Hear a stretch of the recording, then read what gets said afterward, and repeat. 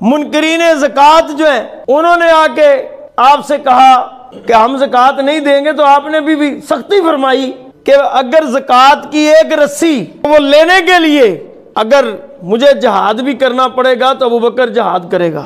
بحیثیت مسلمان ہمیں اپنے اسلاف کو پڑھنا بھی چاہیے اور ان کے اوپر عمل بھی کرنا چاہیے۔ خالی یہ نہیں ہے کہ ہم ان کی مثالیں تو دیں، عمل کی بات آئے تو ہم کہیں ہم بڑے خطرناک ہو جائیں گے۔ ہندوؤں کا بڑا مشہور تھا گاندھی، جب کابینہ بنی نا تو اس نے اپنی کابینہ کے اجلاس میں یہ کہا کہ اگر کامیاب حکمرانی چاہتے ہو تو مسلمانوں کے 2 خلیفہ ابو بکر اور عمر کے طریقہ کار پر عمل کرو گے تو کامیاب حکمران بنو گے۔ تعریف تو وہ جب کوئی غیر کرے، عمل اور کردار میں سیدنا صدیق اکبر و عمر و عثمان غنی و حضرت علی المرتضیٰ شیر خدا زندہ ہے۔ تو یہ بحیثیت مسلمان ہمیں اپنے اسلاف کو پڑھنا بھی چاہیے اور ان کے اوپر عمل بھی کرنا چاہیے۔ خالی یہ نہیں ہے کہ ہم ان کی مثالیں تو دیں، عمل کی بات آئے تو ہم کہیں ہم بڑے خطرناک ہو جائیں گے۔ تو یہ عمل جو ہے نا، یہ عمل یہ ظاہراً نظر آنا چاہیے۔ وصال نبی صلی اللہ علیہ وسلم کے بعد مسئلہ باغ فدق کا آیا تو حضرت سیدۃ النساء فاطمۃ الزہراء شہزادی رسول اور خاتون جنت سیدہ پاک اور حضرت عباس رضی اللہ تعالیٰ عنہ حضرت سیدنا ابوبکر صدیق رضی اللہ تعالیٰ عنہ کے پاس تشریف لائے اور حضور نبی کریم صلی اللہ علیہ وسلم کی میراث کا مطالبہ فرمایا۔ تو حضور سیدنا ابوبکر صدیق رضی اللہ تعالی عنہ نے فرمایا کہ میں نے رسول اللہ صلی اللہ علیہ وسلم سے فرماتے ہوئے سنا ہے کہ آپ نے فرمایا کہ ہماری انبیاء کی میراث نہیں ہوتی، جو ہم چھوڑیں وہ صدقہ ہے۔ اب یہاں پر کئی لوگ یہ اعتراض کرتے ہیں کہ یہ قرآن پاک کی جو آیت مبارکہ ہے یوصیکم اللہ فی اولادکم کے خلاف ہے، جس میں اولاد اور دیگر رشتہ داروں کو وارث قرار دیا گیا ہے۔ تو اس کا جواب یہ ہے کہ یہ حدیث حضرت سیدنا ابوبکر صدیق رضی اللہ تعالیٰ عنہ نے خود حضور نبی کریم صلی اللہ علیہ وسلم سے سنی، لہٰذا یہ قطعی حکم ہے جو حضرت سیدنا صدیق اکبر نے خود سنا۔ اب اس کے اوپر کوئی دلیل، کوئی بات، کوئی گفتگو، کوئی کلام، اب اس کے اوپر کوئی کلام نہیں ہے، یہ قطعی دلیل ہے۔ تو انبیاء کی وراثت تو ویسے ہی علم ہے، دین ہے، جو انبیاء کی وراثت ہے۔ ایک موقع پر حضرت اسامہ بن زید رضی اللہ تعالیٰ عنہ کو لشکر کو بھیجنے کا موقع آیا تو آپ نے حضرت اسامہ کو لشکر کی کمان دے کر جب روانہ کرنے لگے تو کچھ صحابہ نے کہا کہ یہ ابھی چھوٹا ہے، بچہ ہے، آپ کی عمر کم تھی، تو آپ رضی اللہ تعالیٰ عنہ کو کہا کہ ان کی جگہ کسی اور کو مقرر فرمائیں۔ تو آپ نے فرمایا جس لشکر کے امیر کو حضور نے چنا ہو، ابو بکر کی کہاں جرت ہے اس کا بدلے؟ اسامہ کو حضرت محمد الرسول اللہ اور ہمارے آقا مولا صلی اللہ علیہ وسلم نے امیر چنا ہے، میں انہی کو امیر بنا کر لشکر کا بھیجوں گا۔ تو تاریخ نے دیکھا کہ جب حضرت اسامہ رضی اللہ تعالی 40 روز کے بعد فتح کا جھنڈا لہراتے ہوئے کثیر مال غنیمت کے ہمراہ مدینہ شریف میں پہنچے، اس سے مسلمانوں کے حوصلے بلند ہو گئے اور منافقین لرز گئے، مرتدین شدید مرعوب ہو گئے، اور حضرت ابوبکر صدیق رضی اللہ تعالی عنہ کی خلافت و جانشینی کی قابلیت اور اہلیت اور حیرت انگیز جرأت و شجاعت اور توکل جو کامل تھا اس کو سب نے مان لیا اور تسلیم کر لیا۔ اسی طرح عقیدہ ختم نبوت کا مسئلہ ہوا،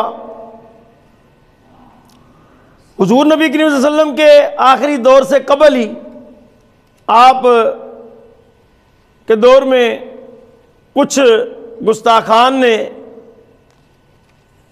نبوت کا انکار کیا، اس میں اسود انسی نے یمن میں، مسلمہ کذاب نے نجد میں نبوت کا دعویٰ کر دیا، اور پھر یہ فتنہ بہت زیادہ پھیلا کہ دور سیدنا صدیق اکبر میں فیصلہ کن جنگ ہوئی، اور وہ مشہور جنگ ہے، اس کا نام ہے جنگ یمامہ۔ اس جنگ یمامہ میں تقریباً یہ 40,000 کا لشکر تھا مسلمہ کذاب کا، اور مسلمانوں کا جو لشکر تھا وہ تقریباً 10-12,000 کے قریب تھا۔ جید صحابہ سمیت، بدری صحابہ سمیت، کثیر حفاظ صحابہ سمیت 1200 صحابہ شہید ہوئے۔ مسلمہ کذاب کو وحشی بن حرب نے اپنے نیزے سے واصل جہنم کیا، اور وہ اپنے منطقی انجام کو پہنچا۔ یہ منکرین ختم نبوت کا فتنہ تھا جو دور سیدنا صدیق اکبر میں بہت بڑا پھیلا۔ یہ بھی آپ کا خاصہ تھا کہ آپ نے اس کو نیست و نابود کیا، اور اس وقت ایک چیز کی بہت اہم ضرورت پیدا ہو گئی، وہ یہ پیدا ہوئی کہ 1200 صحابہ شہید ہوئے، وفات شہید ہوئے، تو فکر یہ پڑ گئی کہ قرآن مجید جو ہے یہ جو زبانی یاد تھا وفات کو آگے پیچھے نہ ہو جائے، ختم نہ ہو جائے۔ تو حضرت سیدنا عمر رضی اللہ تعالیٰ عنہ نے کہا کہ قرآن مجید کو تحریری شکل میں لکھا جائے اور ایک جگہ جمع کیا جائے۔ تو حضرت سیدنا صدیق اکبر رضی اللہ تعالیٰ عنہ نے کہا کہ جس کام کو رسول اللہ صلی اللہ علیہ وسلم نے نہیں کیا میں کیسے کر سکتا ہوں؟ یعنی کافی دیر یہ آپ کا معاملہ حضرت سیدنا عمر اور حضرت سیدنا ابوبکر صدیق کا چلتا رہا۔ المختصر یہ کہ حضرت عمر نے حضرت سیدنا صدیق اکبر کو اس بات پہ قائل کر لیا کہ یقیناً یہ حضور نے نہیں فرمایا، لیکن یہ وقت کی ضرورت ہے۔ وہ پھر یہ بدعت حسنہ جو ہے یہ قرآن مجید کو جمع کیا گیا حضرت سیدنا صدیق اکبر کے دور میں۔ ایک اور بڑا اہم مسئلہ پیدا ہوا، وہ یہ کہ منکرین زکوٰۃ جو ہیں انہوں نے آ کے آپ سے کہا، تو آپ رضی اللہ تعالیٰ عنہ نے فرمایا کہ کسی بھی صورت جو زکوٰۃ کا مسئلہ ہے اس پر کوئی لچک نہیں دی جائے گی۔ جو منکرین زکوٰۃ یہ کہتے ہوئے اٹھ کھڑے ہوئے کہ ہم زکوٰۃ نہیں دیں گے، تو آپ نے بھی سختی فرمائی کہ اگر زکوٰۃ کی ایک رسی تو وہ لینے کے لیے اگر مجھے جہاد بھی کرنا پڑے گا تو ابوبکر جہاد کرے گا۔ تو الحمدللہ آپ نے اس مسئلے کو بھی حل فرمایا۔ آپ گھر میں بیٹھے ہیں، کھانا کھا رہے ہیں، تو کھانا کھاتے آپ کا دل چاہا کہ میٹھا کھایا جائے، پوچھا میٹھے میں کچھ ہے؟ تو گھر کی خاتون خانہ نے کہا کہ ہمارے پاس اتنے وسائل نہیں ہیں کہ اس میں زیادہ کچھ کھانے کا اہتمام ہو۔ تو آپ کچھ دن بعد پھر کھانے پہ بیٹھے تو دیکھا سامنے دسترخوان پہ میٹھا ہے۔ پوچھا یہ میٹھا کہاں سے آیا؟ آپ تو کہتے تھے کہ ہمارے پاس وسائل نہیں ہیں۔ تو خاتون خانہ نے کہا کہ میں نے اس دن آپ سے سنا تھا، تو میں نے کہا پتہ نہیں کتنا میٹھا کھانے کو دل کر رہا ہوگا۔ تو اس دن سے میں نے ایک مٹھی آٹا سائڈ پہ کرنا شروع کر دیا۔ آج اتنا ہو گیا کہ میں اس کو بیچ کر شیرہ لائی، اور شیرہ لا کے میں نے آپ کے لیے میٹھا پیش کر دیا۔ تو آپ سیدنا صدیق اکبر اٹھے، سیدھے بیت المال گئے اور جا کر ان کو کہا کہ بھئی جو میرے ماہانہ خرچہ ہے اس میں سے اتنا کم کر لو، ابوبکر کا اس میں بھی گزارا ہو جائے گا۔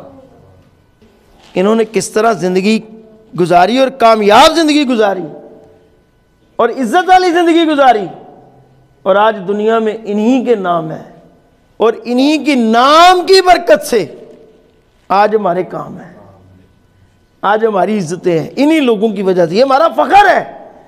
اگر ہم حضور سیدنا صدیق اکبر کا ذکر کرتے ہیں تو ہمارا یہ فخر ہے، سیدنا عمر فاروق رضی اللہ تعالیٰ عنہ کا ذکر کرتے ہیں ہمارا یہ فخر ہے، سیدنا عثمان غنی رضی اللہ تعالیٰ عنہ کا ذکر کرتے ہیں تو ہمارا یہ فخر ہے، حضرت علی المرتضیٰ شیر خدا کرم اللہ وجہ الکریم کا ہم ذکر کرتے ہیں تو یہ ہمارا فخر ہے۔ اور یہ ہمارا فخر اس وقت اور بڑھ جاتا ہے جب ہم یورپ کو دیکھتے ہیں، جب ہم دوسرے ممالک کو دیکھتے ہیں کہ جہاں پر اسلامی حکومت تو نہیں ہے لیکن قانون اور انصاف کے تقاضے اسلامی طرز عمل پر ہیں۔ تو مولا تعالی ہمیں اپنے پیارے آقا مولا صلی اللہ علیہ وسلم کی دین کی محبت عطا فرمائے اور خلیفہ اول سیدنا صدیق اکبر رضی اللہ تعالی عنہ کی طرز زندگی اختیار کرنے کی توفیق عطا فرمائے، اور ہمارے حکمرانوں کو بھی جو دعویٰ ریاست مدینہ کا کرتے ہیں اور عمل وہ مثالیں یورپ کی دیتے ہیں، دوسرے ملکوں کی دیتے ہیں، کہ حالانکہ عمل بھی اور مثال بھی حضور کی دیں، حضور کے دین کی دیں، قرآن کی دیں، اپنے بڑے بزرگوں کی دیں، تو پھر انشاءاللہ عزت بھی اور وقار بھی ہے۔ مولا تعالیٰ عمل کی توفیق عطا فرمائے۔